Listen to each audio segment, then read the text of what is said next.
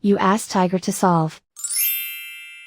This deals with linear equations with one unknown. The final result is v equals 35/13. Let's solve it step by step.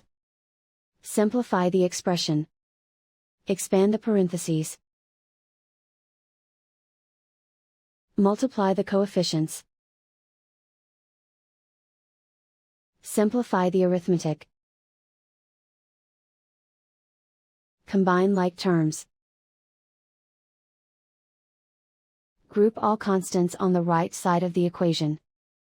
Subtract 10 from both sides. Simplify the arithmetic.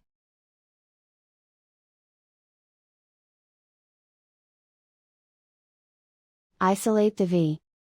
Divide both sides by 13. Simplify the fraction.